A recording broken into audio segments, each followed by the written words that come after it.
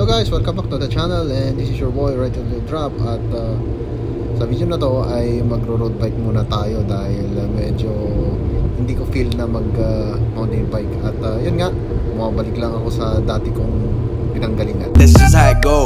I got some secrets, I'm shaking the game so they stay on their toes. Stay in your lane, how to stay on the go. I can play with the pros and act like a rookie so they overlook me, then I double up again. Sa mga hindi nakakaalam ay dati akong nagro-road bike pero yun nga, matagal na yun.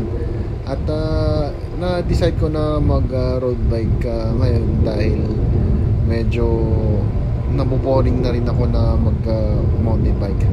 So why not bumalik ako sa dati kong pinagsimulan.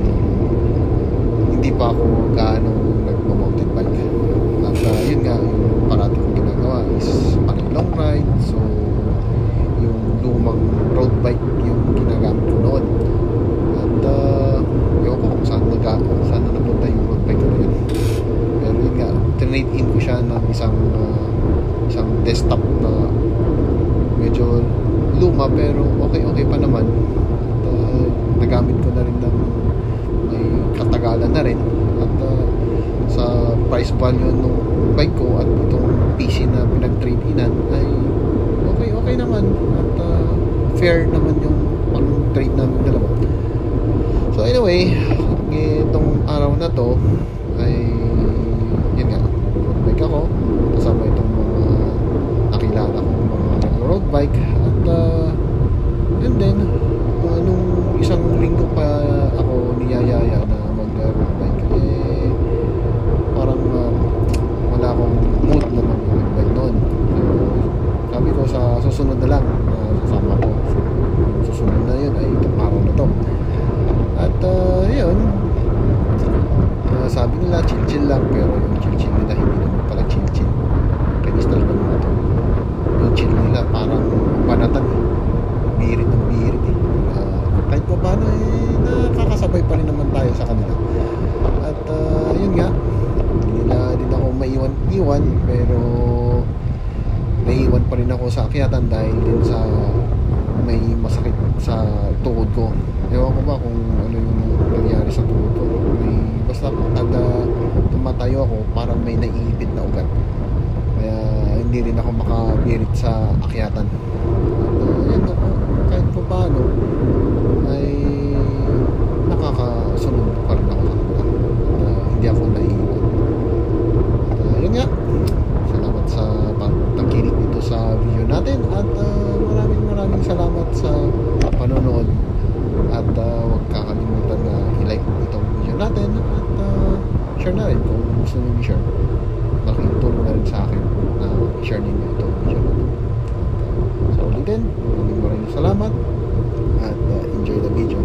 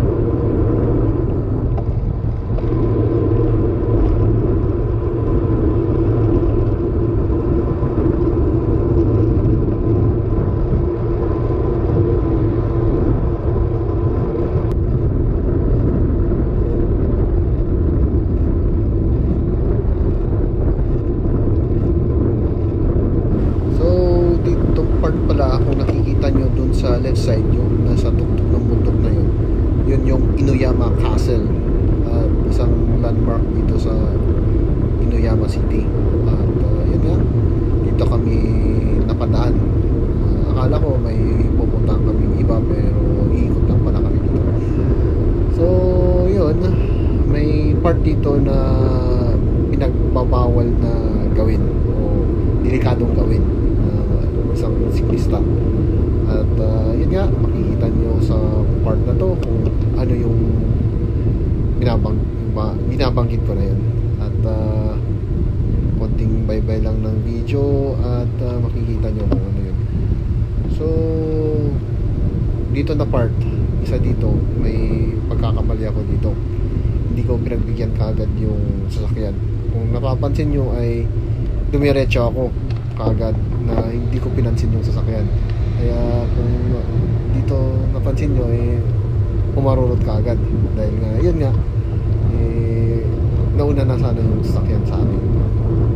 At dito na rin na part na sa video na to ay binanata ng mga kasama ko na ewan ko kung alam nila na blind curve itong napasok nila na to. At mapapansin nyo na dito ay yan, muntikan na dumiretso sila sa sasakyan at magkabundulan. So sa mga ganun na sitwasyon ay kung alam yung blind curve yung sitwasyon na yun, or sa isang kalye ay alam yung blind curve, huwag nyong bibiritan kaagad dahil hindi natin alam na baka may makasalubong tayo sa sasakyan. At yun nga, nakarating na kami dito sa taas niya ay medyo nagtawan-tawanan na sila dahil dun sa nangyari na yan.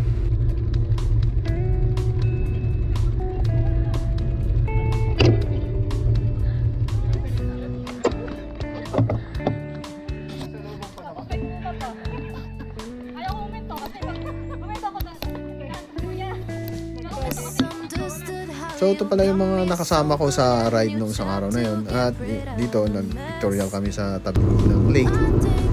At yun nga, ito na, pauwi na kami. Binabaybay na namin yung daanan na to. So yun, habang pauwi na kami dito, may napansin ako na familiar na landmark kung saan mamaya ay makikita nyo.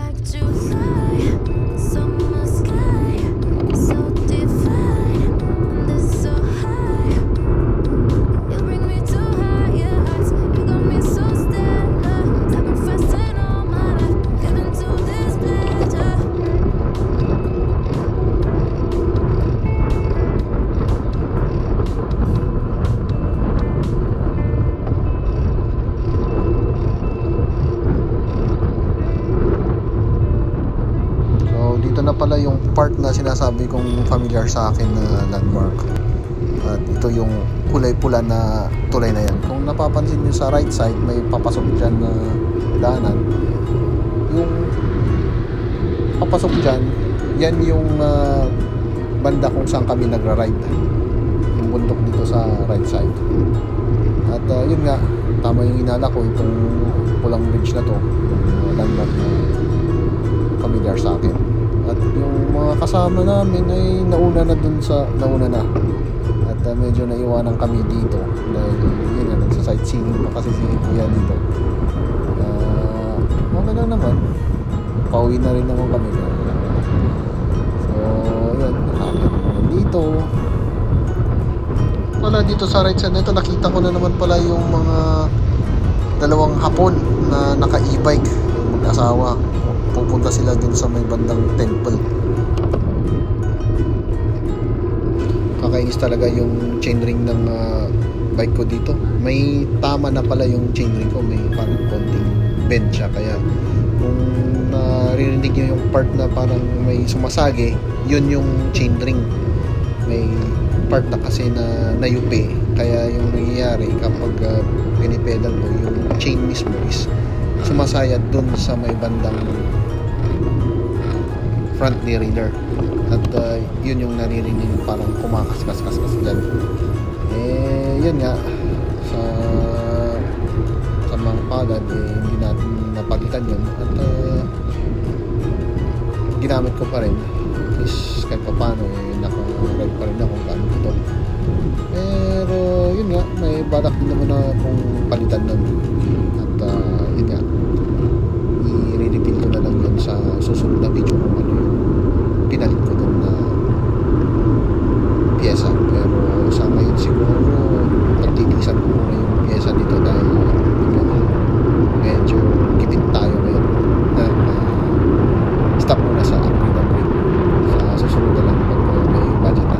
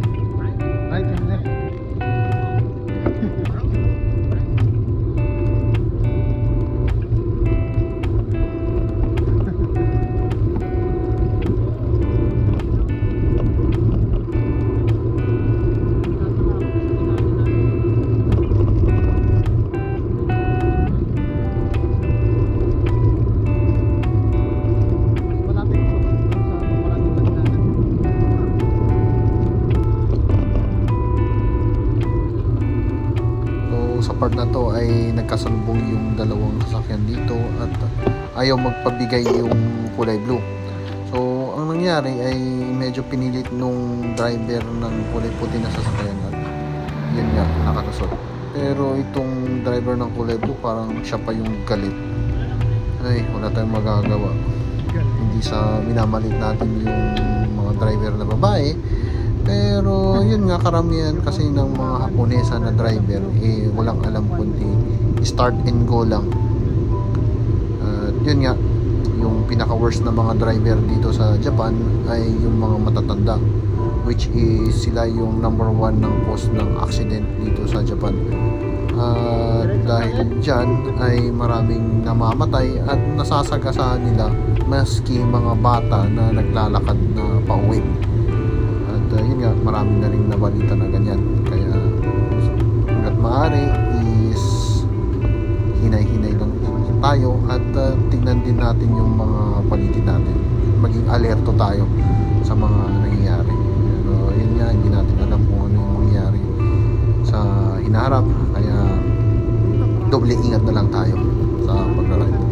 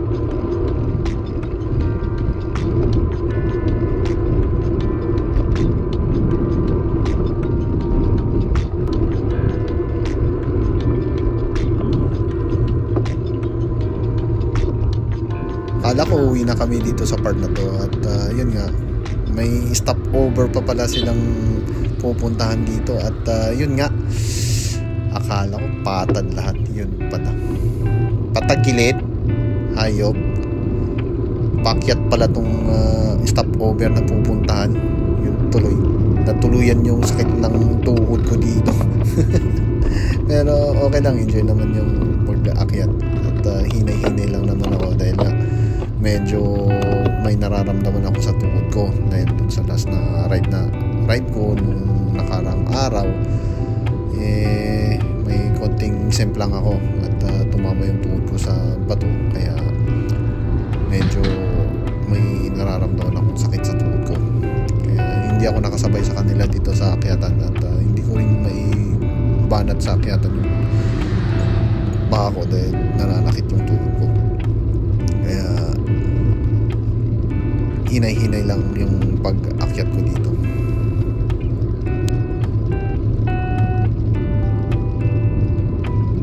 So yan na nga, sinisimulan ng banatan ni kuya dito. At yun, iwanan na ako dito. Wala, hindi talaga ako makabanat-banat dahil yun, sa sakit ng tuhod ko. At mas minabuti ko na lang na mag-ride ng mabagal kaysa yung ibanat ko yung tuhod ko. Baka mamaya may mangyari pang hindi natin ginugusto. Kaya dahan-dahan lang ako bakit. At kahit naiwan naman ako ng mga kasama ko dito, at least maabutan ko pa rin naman sila sa taas. At yun nga, enjoy lang yung pag-akyat. Hindi naman lahat ng sitwasyon ay kailangan na nakakasabay tayo. Ang importante nakyat natin itong pakyat na to at hindi tayo bumaba, hindi tayo naglakad. At least okay ba?